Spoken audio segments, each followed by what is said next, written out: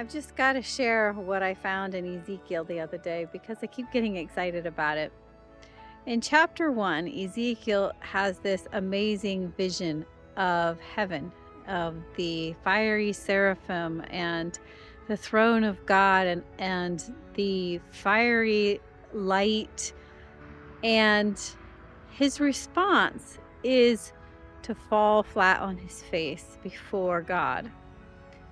And then in the next verse, which happens to be the first one in chapter 2, God speaks to him and tells him to stand up on his feet. And God says, I want to speak with you.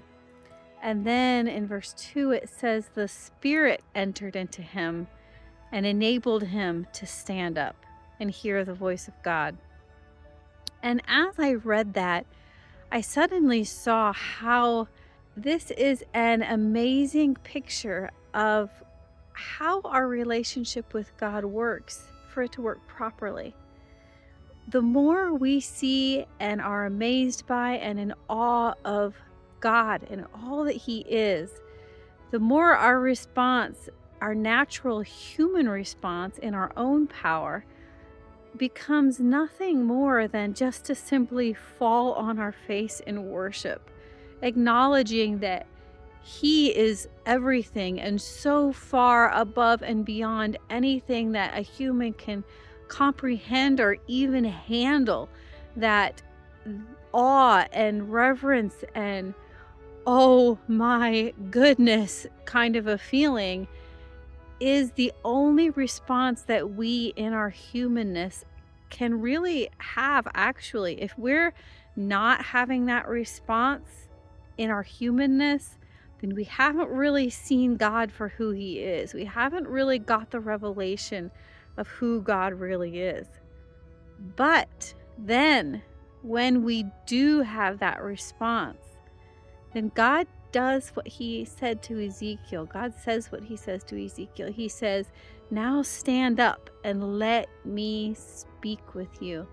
Let me fellowship with you.